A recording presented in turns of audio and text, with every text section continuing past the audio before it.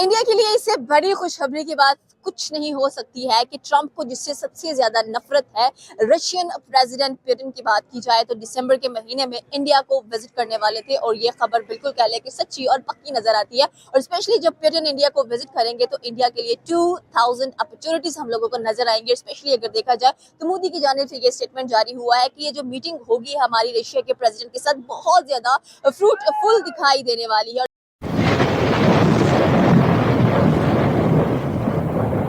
देखिए, no doubt आपने बात की है कि इंडिया और पाकिस्तान को ज़्यादा प्रोमिनेंट किया गया। तो आप देखें कि नवंबर के स्टार्ट के अंदर पहले जैसे इंडिया के कैपिटल दिल्ली के अंदर रेड फोर्ट के आगे कार ब्लास्ट होता है, जिसके अंदर लाइक सब वाज़ह का दहशतगर्दी है। और पहली बात, दूसरी बात यह है कि जी उसके बाद उनका जम्मू कश्मीर के अंदर एक अटैक होता है, ब्लास्ट होता है।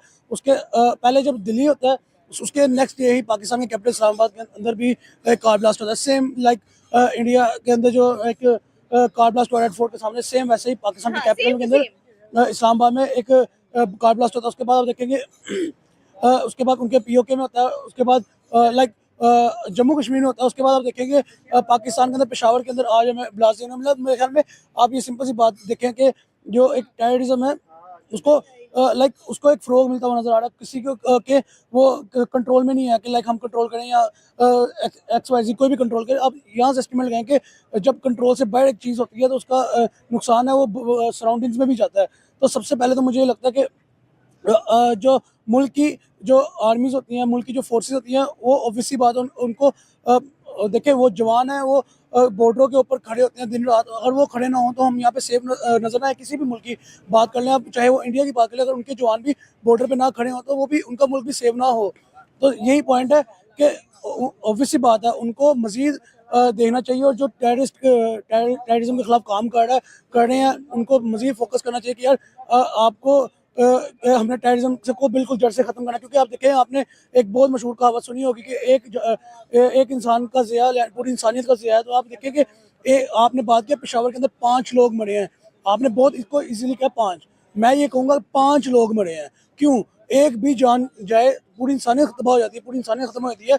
Being a human being, being a इंसान, मेरे ख्याल में हमें इंसानियत को प्रायोरिटी देनी चाहिए और देनी पड़ेगी भी। क्योंकि हम जब तक इंसानियत को प्रायोरिटी नहीं देंगे हमें दहशतगर्दी ऐसी ये खुद के ही बनाए हुए दहशतगर्द हैं जो अब पकड़ भी नहीं आ रही। देखिए, नो डाउट आप ये इसकी बात सिंपल एग्जांपल ले लें कि पेशावर के अंदर जो अटैक होता है वो हमारा वेस्टर्न बॉर्डर लगता है, आई थिंक ज़्यादा मुझे याद पड़ता है। तो उसके साथ ही अफगानिस्तान है। तो अफगानिस्तान के अंदर आज जो तालिबान बैठे हैं, मुझे नहीं पता किसको अच्छे लगते हैं किसको बुरे लगते हैं। तालिबान जो है प्लीज यार आप बोले मत, आपकी सारी आवाज अंदर आएगी।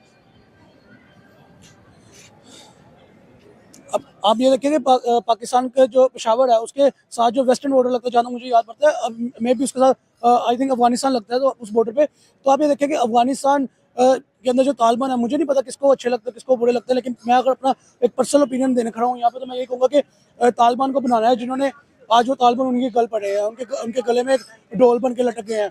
तो मेरे ख्याल में पहली बात तो ये है कि जो एक उनको एक बनाने की एक जो डिसीजन था, सबसे बड़ा गलत डिसीजन वही था। सेकेंडली उनको फ़रोग देना और फिर उनको लाइक अपने मुल्क के अंदर पनाह देना। और उसके बाद उन्हीं तालिबानों के आपके तालिबान जो है वो आपके मुल्क के अंदर आके एक दहशतगर्दी हमले करते हैं और यहाँ पे जानों का नुकसान होता है। मेरे ख्याल में ये सिर्फ तालिबान ही नहीं मैं प्रोमिनेंट कर रहा, ओवरऑल जितने भी दहशतगर्दी पॉइंट्स हैं कहीं पे भी हो रही दहशतगर्दी, जिन्होंने भी उनको बनाया है, मेरे ख्याल में वो एक गलत डिसीजन था। ठीक है, उसके बाद सर अगर 2025 के साल की बात की तो पहले हम कहते थे कि हमने हर साल बर्बाद किया, लेकिन अब ये लग रहा है कि जैसे 2025 ने हमें बर्बाद किया। हमने बहुत बुरी सिचुएशंस देखी हैं और आगे लोग ये कह रहे हैं कि एक बाबा जी थे, उन्होंने कहा था कि 2025 में तो दुनिया ही खत्म है। तो आज जैसे ही कह लें कि 31 दिसंबर गुजरेगा उसके बाद सबके होश उड़ने वाले हैं। देखिए, नो डाउट आपने बहुत अच्छी बात की कि हमने पहले बींगा पब्लिक हमने हर मुल्क को ज़ाया किया, बर्बाद किया। क्यों किया?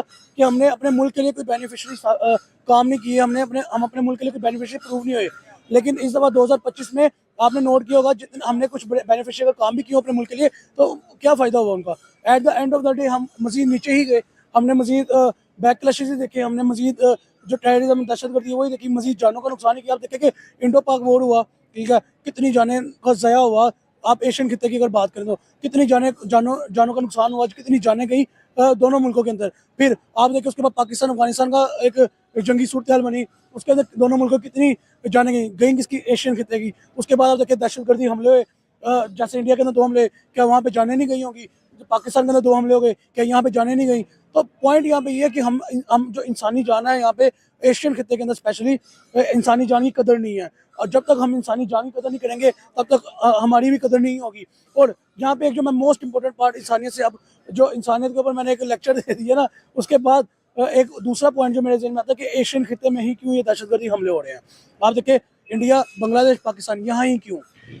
अमेरिका में क्यों नहीं हो रहे? यूरोप में क्यों नहीं हो रहे? लंदन में क्यों नहीं हो रहे? वहाँ पे भी तो होने चाहिए ना। पॉइंट है ना मेरा।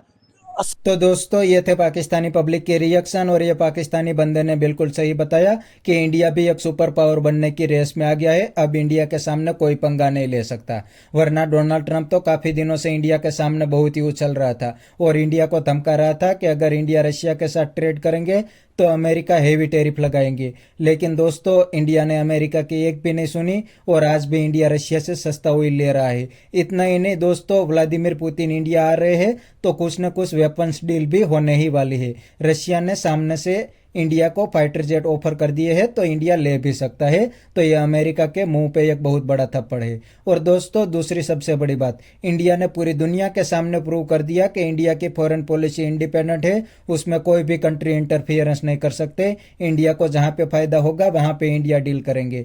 दोस्तों, ये इंडिया ने प्रूव भी कर दिया। अभी थोड़े दिन पहले ही इंडिया ने अमेरिका के साथ 10 साल के लिए डिफेंस डील कर ली है, और दूसरी साइड इंडिया रशिया से सस्ता ऑयल भी ले रहा है। तो ये इंडिया की फॉरेन पॉलिसी इंडिपेंडेंट है और पूरी दुनिया ने देख लिया। तो बस दोस्तों, आज के वीडियो में इतना ही। ये थे पाकिस्तानी पब्लिक के रिएक्शन। अगर आपको ये वीडियो पसंद आया है तो वीडियो को लाइक शेयर कर दीजिए और चैनल को सब्सक्राइब करना मत भूलिए। थैंक यू, मिलते हैं नेक्स्ट वीडियो में।